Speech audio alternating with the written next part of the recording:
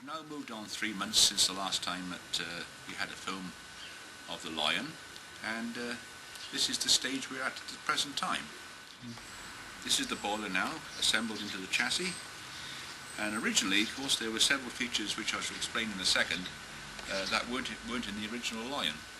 For instance, there was no means of superheating the steam.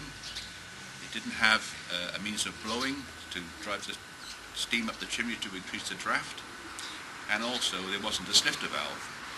So if I can bring you around the front of the Loco, I will show you the inside, and you can see the features inside the smoke box.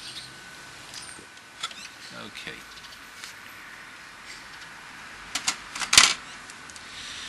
Now inside you will see the wet header and the dry header for the superheaters,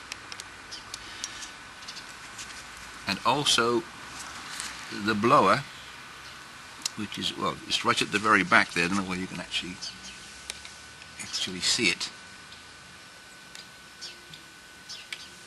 It's a bit mucky in here, but the pipe comes coming up from there to around the top of the stack, the blast pipe, and it's just on the top of there.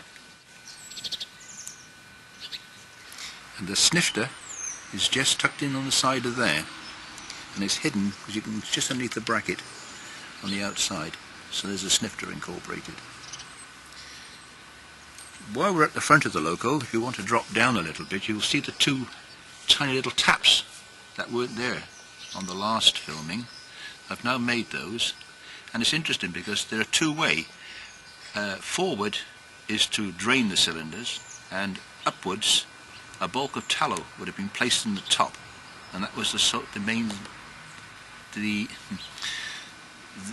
way it was actually lubricated, the cylinders. Very, very clever. If I can take you to the rear of the boiler, I'll show you how we've made this blower. In the back of the boiler, there's 1, 2, 3, 4 dummy stays, and what I've done, I've incorporated that stay there as the blower. So when you turn the square head, it'll operate the steam down and drive the fire through the chimney. Another interesting little feature. This is a trevithick regulator, and because it's anchored on the two pins there at an angle, it draws the regulator out and it closes the other way. Very interesting. What remains to be done now is the actual cladding. Now I'm proposing to do vertical up to about there, and then horizontally across the top of the boiler. I don't think for 1 minute in 1838 that brass stone that was added on in 1830 is correct. The cladding around the boiler, we're just about finishing it, and that's the end of the line as far as the construction goes. Just to show you the tender that Charles Taylor Nobbs did the drawings back maybe about 20 years ago, and I think he did quite a good job because the detail is actually phenomenal. If I can bring you around this side a tiny bit, Trevor, I'll show you the two patch plates. Whether these had rusted through during the course of its working life, I don't know, but they're authentic to what is on the tender that's now available to be seen in the museum. Even the corner brackets have been made more or less to what they are in the museum.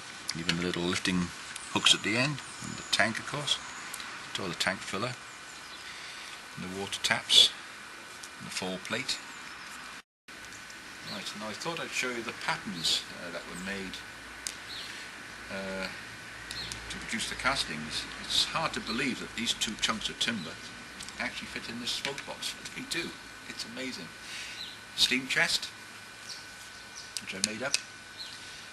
The inner frame attachment bracket for the firebox. The boiler saddle. The eccentric straps.